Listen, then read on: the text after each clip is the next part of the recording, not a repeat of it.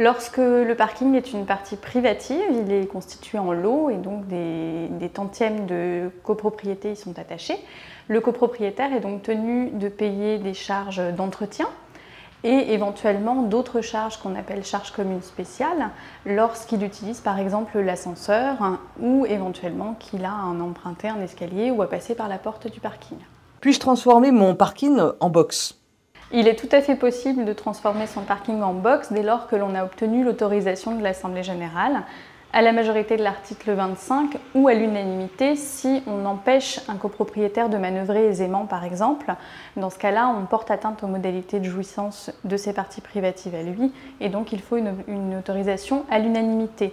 Cependant, la jurisprudence autorise pour l'installation d'un simple bloc parking, c'est-à-dire lorsque l'ancrage au sol est superficiel et léger, que cette installation se fasse sans autorisation de l'Assemblée générale.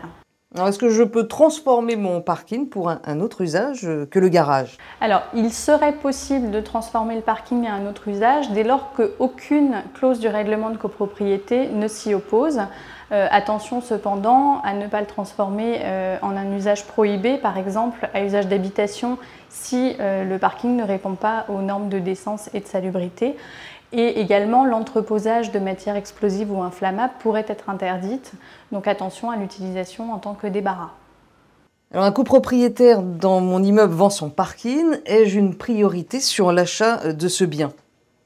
Alors, depuis la loi du 25 mars 2009, la loi Boutin, un droit de priorité existe au profit des copropriétaires lorsqu'est vendu isolément un lot de parking. Ce droit n'est exercé que dans certains cas très particuliers. Il faut d'une part qu'une clause du règlement de copropriété le prévoie et d'autre part que le permis de construire de l'immeuble ait été délivré conformément à un plan local d'urbanisme ou un autre document d'urbanisme qui imposait la réalisation d'aires de stationnement. En dehors de ces deux cas, il n'y a pas de droit de priorité. Donc lorsque ce droit existe, le copropriétaire qui souhaite vendre fait part de son intention au syndic ainsi que du prix de vente et le syndic doit envoyer sans délai au copropriétaire la proposition de vente qui est faite par l'un d'entre eux.